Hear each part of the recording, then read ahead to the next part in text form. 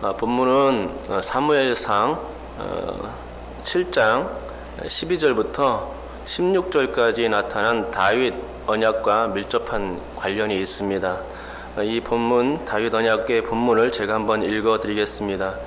내 수완이 차서 내 조상들과 함께 누울 때에 내가 내 몸에서 날 내 씨를 내 뒤에 세워 그의 나라를 견고하게 하리라. 그는 내 이름을 위하여 집을 건축할 것이요 나는 그의 나라 왕위를 영원히 견고하게 하리라. 나는 그에게 아버지가 되고 그는 내게 아들이 되리니 그가 만일 죄를 범하면 내가 사람의 매와 인생의 채찍으로 징계하려니와 내가 내 앞에서 물러나게 한 사울에게서 내 은총을 빼앗은 것처럼 그에게서 빼앗지는 아니하리라. 내 집과 내 나라가 내 앞에서 영원히 보존되고 내 왕위가 영원히 견고하리라 하셨다 하라. 아멘. 이 말씀은 다윗이 하나님의 성전을 건축하고자 열망하고 있을 때 나단 선지자를 통해서 다윗에게 주신 메시지입니다. 내용의 골자는 하나님께서 다윗의 씨를 통해서 성전의 왕궁과 다윗의 왕조를 영원히 세우시겠다는 약속의 말씀입니다. 하나님은 이때 다윗의 자손이나 후손이라 말씀하시지 않으셨습니다. 어떻게 말씀하셨냐 하면 내 씨를 내 뒤에 세워라고 말씀하신 것입니다. 씨는 히브리어로 제라흐인데 이 씨는 단수 명사입니다. 그러기에 여러 명을 지칭하는 게 아니라 단 한 명만이 다윗 언약과 관계가 있을 거라는 얘기였습니다. 그러면 이 다윗 언약과 관계된 단 한 명의 왕, 그는 누구이겠습니까? 1차적으로는 솔로몬일 것입니다. 왜냐하면 솔로몬이 성전을 건축한 인물이기 때문입니다. 하지만 솔로몬이 최종 인물은 될 수 없음을 알 수 있는 이유가 있습니다. 그것은 영원히라는 말씀 때문이지요. 솔로몬의 왕위가 영원히 견고하지는 못했다는 것입니다. 그의 통치는 기원전 971년부터 931년까지 약 40년 뿐이었습니다. 나이 늙고 죽게 되니 영원한 그런 왕위는 생각조차 할 수 없었을 것입니다. 그렇습니다. 솔로몬이 다윗 언약의 주인공이 아님을 누구보다도 잘 아는 사람들은 유대인들이었습니다. 만약 그들이 다윗 이 언약과 그 주인공을 솔로몬이라 여겼다면 그들은 단연코 그리스도를 기다리지 않았을 것입니다. 이미 성취된 예언이라면 뭐하러 이 그리스도를 기다리겠습니까? 그럴 필요가 없었겠지요. 하지만 성취되지 않았기에 그들은 예수님 당시만 해도 메시아에 대한 기대치를 저버리지 않고 있었던 것입니다. 유대인들은 당시 로마를 전복시키고 유대 왕국을 영원히 견고하게 세우실 메시아의 왕권을 염원하며 기대했던 것입니다. 그래서 로마의 속박 가운데 메시아가 오시기만을 학수고대했던 것입니다.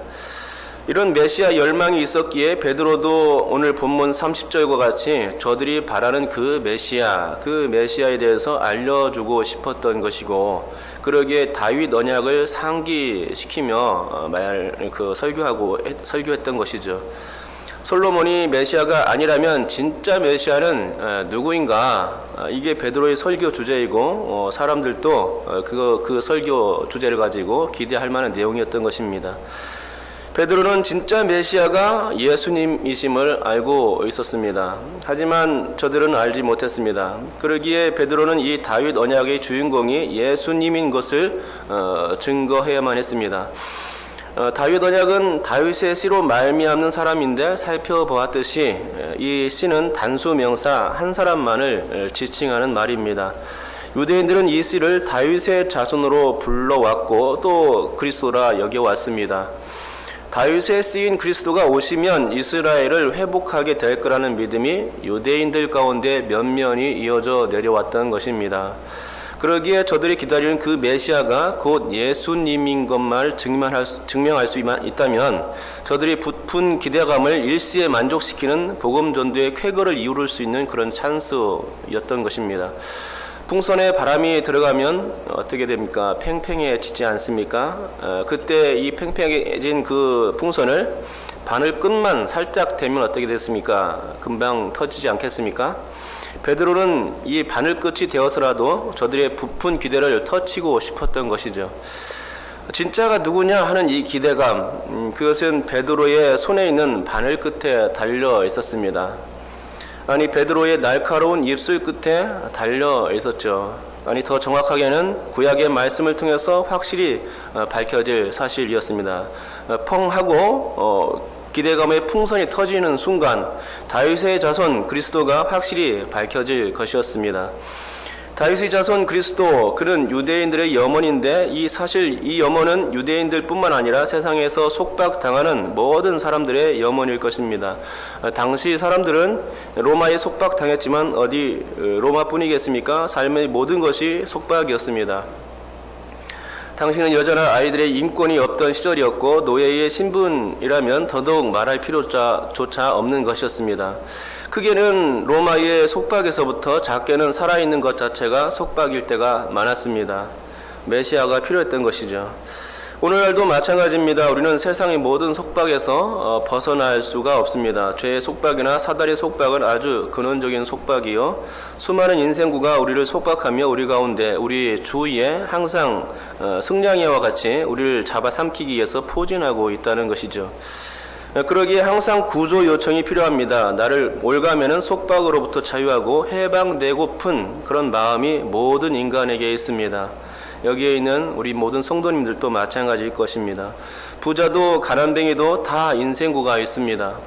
학식이 많은 사람도 부족한 사람도 인생구가 있습니다. 인생구는 권력이나 명예 이런 것이 있고 없음에 구애받는 법이 없습니다.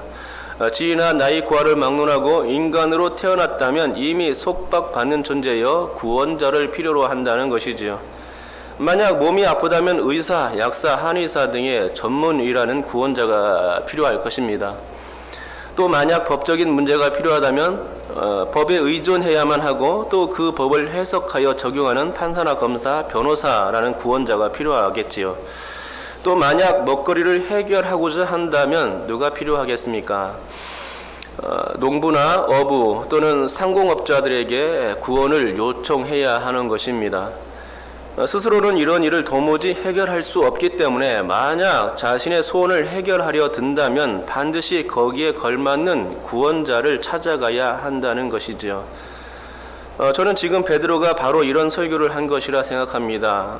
구원자를 알려주기 위해서, 참된 구원자, 인생의 속박 가운데 있는 그런 사람들에게 예수를 알려주기 위해서, 구원자를 알려주기 위해서 베드로가 이런 설교를 한 것이죠. 유대인들에게는 가장 절실한 게 그리스도였다는 말입니다. 정말로 그리스도라는 구원자가 유대인들에게 필요했습니다. 유대인들은 참으로 간절했고 베드로는 지금 그 열쇠를 가지고 있는 것이죠. 메시아를 알려주는 열쇠, 그 열쇠가 베드로에게 쥐어져 있었습니다. 여러분, 예수님이 메시아이십니다. 왜냐하면 예수님은 다윗 언약처럼 부활 승천하신 이후 또 지금까지, 성부 하나님의 우편에 계셔서 영원토록, 영원이란 게 중요하죠. 영원토록 왕노릇 하시는 분이십니다. 그렇기 때문에 이 영원한이라는 단어를 붙일 수 있는 분은 단 한 분밖에 없죠. 예수님이라는 것입니다. 예수님이 그리스도요 메시아인 것이죠. 예수님이 다윗 언약의 성취자인 것입니다. 베드로는 그걸 얘기하고 싶었던 것이죠. 이처럼 베드로는 이렇게 유대인들이 그토록 기다리는 그리스도를 알려주기 위해서 이처럼 그 다윗 언약도 살짝 언급했다는 말입니다. 뿐만 아니라 두 번씩이나 시편 16편의 말씀을 인용했습니다. 27절에서 한번 인용했고 37절에서 또 한번 인용했습니다. 인용하면서 영원히 음부에 버리지 않고 육체가 썩음을 당하지 않게 하실 거라는 내용을 말했습니다. 사실 이 시는 다윗 자신에 관한 예언이었습니다. 그런데 실상 다윗은 죽어서 썩음을 당했고 그 증거는 그 다윗의 무덤 자체였습니다. 다윗의 예언이 불발로 끝났다는 얘기인데, 그렇다면 결론적으로 볼 때 이 시편 16편은 육체가 썩음을 당하지 않고 다시 살아나신 예수께만 적용할 수 있는 문제라는 거죠. 이것이 베드로의 성경 해석이었습니다. 실패한 사람에게 예언은 쓸데없다는 것입니다. 예언이란 실제로 그 예언이 적중한 사람에게만 적용해야 맞다는 것이죠. 오직 육체가 썩음을 당하지 않고 영원히 음부에 버려지지 않는 분, 그분이 누구인가? 오직 그런 분은 딱 단 한 분밖에 없다는 것입니다. 누구입니까? 베드로의 눈에는 그분이 바로 예수 그리스도였습니다. 여러분의 눈엔 예수님이 어떤 분으로 보이십니까? 정말로 여러분을 구원할 구원자로 보이십니까? 예수님이 인생의 모든 속박에서 건져내실 분, 인생의 해방자로 여겨지시냐는 말이죠.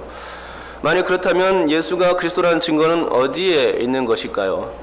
정말 주는 그리스도시요 살아계신 하나님의 아들이십니다 라고 옛날에 그 베드로가 고백했던 그 고백이 과연 동일하게 우리 안에 있다면 예수님이 그리스도인 것을 한번 증거해 보시기 바랍니다. 과연 어떤 근거로 그분이 그리스도인지 설명해 보시기 바랍니다.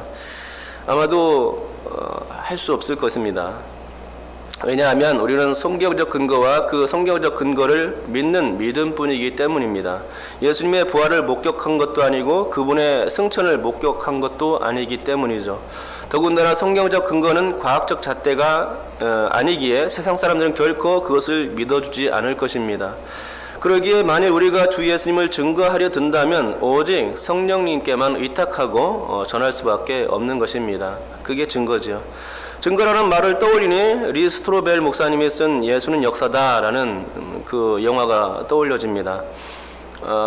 그 밖에 그 1층과 3층 그 엘리베이터 옆에 예수는 역사다라는 그 영화 광고가 붙어 있거든요. 오늘 목사님께서 말씀도 해주실 텐데요. 그 영화를 보라고 아마 그 광고할 겁니다. 그 영화가 이제 개봉될 것입니다. 이제 여러분께 한번 보시고요. 거기에 나오면은 리 스트로벨이라는 분이 나옵니다. 리 목사님은 사실 처음에 예수님을 믿었던 사람이 아닙니다. 처음부터 예수님 믿었던 사람이 아니라 철저한 그런 무신론자였습니다. 사실과 이성만을 중시하는 그런 사람이었습니다. 그래서 아내의 신앙심과 하나님의 존재를 부정하면서 받아들이지 않았던 것이죠. 오히려 기독교를 비판하려고 예수의 존재에 대해서 역사적 증거를 찾기 시작했습니다. 하지만 놀라운 것은 과학, 역사 등 학자들을 찾아다니며 치열하게 2년 동안 파헤친 결과는 예수님이 메시아라는 증거만 남았다는 것입니다. 결국 그분은 예수님을 믿게 되었고 그래서 신학 공부 이후 목사까지 되었다는 겁니다. 이런 실화를 바탕으로 하여 만들어진 영화가 바로 예수는 역사다죠. 그렇습니다. 예수님 또 그분이 부활하셨는데 예수님의 부활을 그 사람들이 거짓으로 여겨서 또 성경에 기록되고 그러니까 결국은 예수의 부활은 거짓이다라고 그런 것을 갖다 연구하려고 했지만 결국은 실패했다는 것입니다.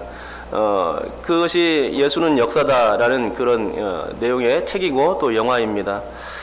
여러분, 이리 목사님은 예수의 존재를 연구하면서 주님을 알게 되었고 결국엔 그분을 믿게 되었죠. 그리고 그분을 전하는 확실한 증언자로 설 수 있게 된 것입니다. 철저한 무신론자라 할지라도 이렇게 예수님께서 쓰시면 무너지고 마는 것입니다. 사도 바울의 예가 그런 예입니다. 사도 바울은 회심하기 전 기독교인들을 잡아 죽이는 데 앞장섰던 인물입니다. 그런데 우리 주님께서 그를 다메섹 도상에서 만나셨고 한순간에 다른 인물로 변화시켰던 것 아닙니까? 회심 이후 바울은 철저한 예수 옹호자가 되었고 열정을 가진 복음 전파자로 일생을 바칠 수 있었습니다. 오늘 베드로가 그렇게 하는 것입니다. 예수의 증인으로 발벗고 나서고 있는 것이죠. 베드로는 예수님이 다윗의 자손이라고 증언하고 있는 것입니다. 주님이 죽음을 보지 않았기에 그리스도라는 것입니다. 주님은 하나님의 우편에서 영원토록 통치하고 계시는 만왕의 왕이 되셨음을 이제 증거하고 있는 것이죠.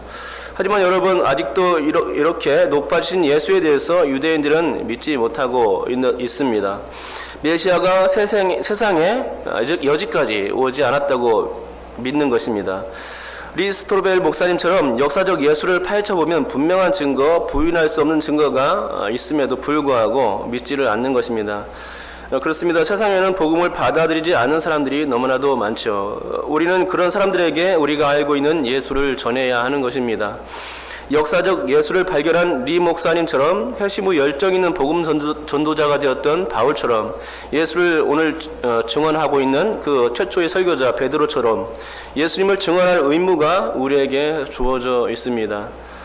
이분들처럼 영원한 왕으로 높아지신 우리 예수 그리스도 그 예수 그리스도를 증언하고 또 증언의 의무를 다할 수 있는 여러분 될 수 있기를 주님의 이름으로 축복합니다. 기도하겠습니다.